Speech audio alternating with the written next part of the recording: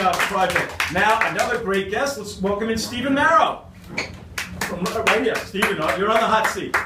And Stephen is a Long Beach resident, and he's got produced a fabulous movie, and here to interview him again, Rocco Passafume. Thank you again, Howie.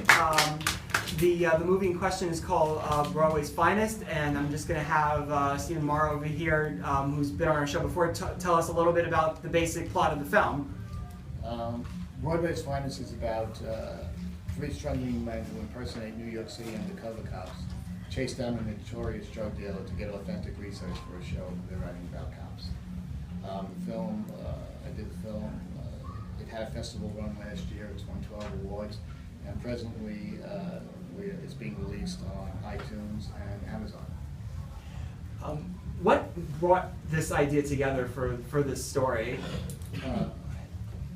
Years ago, I was a member of the Actors Studio, and one time I was in there, there were some actors actually preparing for a role to play police officers. So they came in the studio and they started acting like cops, handcuffing people and carrying on. It's kind of ridiculous, but I thought to myself, the preparation that an actor does for a role was kind of interesting to me. And then at the same time, there was a newspaper article about synthetic heroin being made and how potent it was, and I decided to put those two stories together.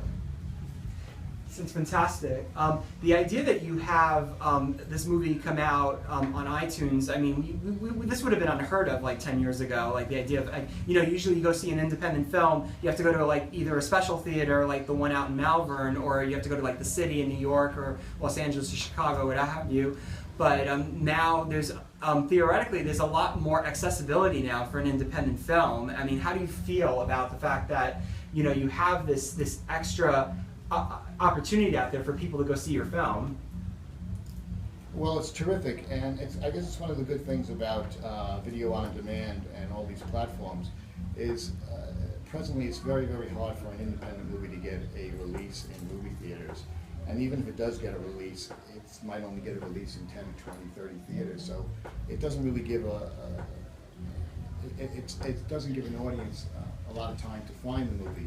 But with VOD now, once the movie's on iTunes and Amazon and then Google Play, and there's many platforms, the film will be out there forever, and people can find it and watch it, and they can rent it, or rent it in high def, or they can even buy it. So it's really terrific for a filmmaker, and it's a wonderful way to get for people to see your work.